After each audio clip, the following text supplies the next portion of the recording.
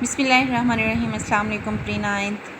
آج ہم پڑھیں گے آیت نمبر 31 سورۃ الانفال کی۔ وَإِذَا تُتْلَىٰ،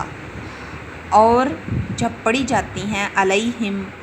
تم پر آیاتنا اللہ کی آیتیں، قالوا کہتے ہیں قد سمعنا تحقیق ہم نے سن لیا، لو نشاء اور لو اگر نشاء ہم چاہیں، لقلنا کہ ہم کہہ لیں، مثال ھذا اس ان نہیں، ھذا یہ الغا مگر اساطیر الاولین قصے کہانیاں ہیں پہلوں کے۔ اور جب ان کو ہماری آیتیں پڑھ کر سنائی جاتی ہیں تو کہتے ہیں یہ کلام ہم نے سن لیا، اگر ہم چاہیں تو اس طرح کا کلام ہم بھی کہہ دیں، اور یہ ہے ہی کیا صرف اگلے لوگوں کی حکایتیں یا کہانیاں۔ جب ان کو قرآن پڑھ کے سنایا جاتا تو وہ کہتے کہ ہم نے سن لیا، حالانکہ وہ نہ دل سے سنتے تھے نہ مانتے تھے، اور مذاق اڑاتے تھے کہ یہ تو صرف پہلوں کی کہانیاں ہیں جو پہلے لوگوں گزر چکے ہیں، ہم بھی ایسا کلام کہہ سکتے ہیں۔ وَإِذْ اور جب قالوا کہا، اللہم ان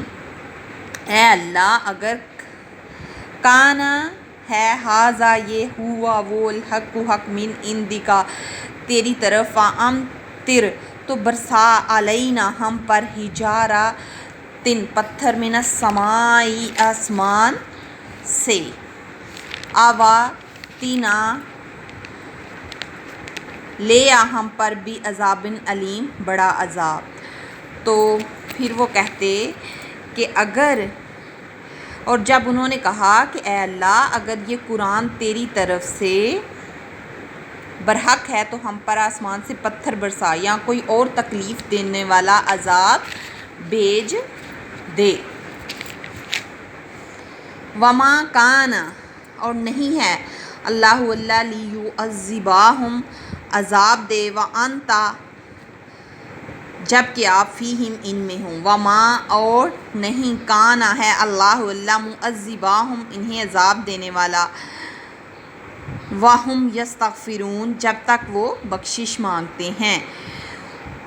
اور اللہ ایسا نہ تھا کہ جب تک آپ صلی اللہ علیہ وسلم ان میں تھے انہیں عذاب دیتا، اور نہ ایسا تھا کہ وہ بخشش مانگے اور انہیں عذاب دے۔ یعنی اللہ تعالیٰ کی یہ خوبی بیان کی جا رہی ہے کہ اللہ کسی بھی قوم پر اس وقت تک عذاب نازل نہیں کرتا جب تک اس میں پیغمبر ہوں اور بخشش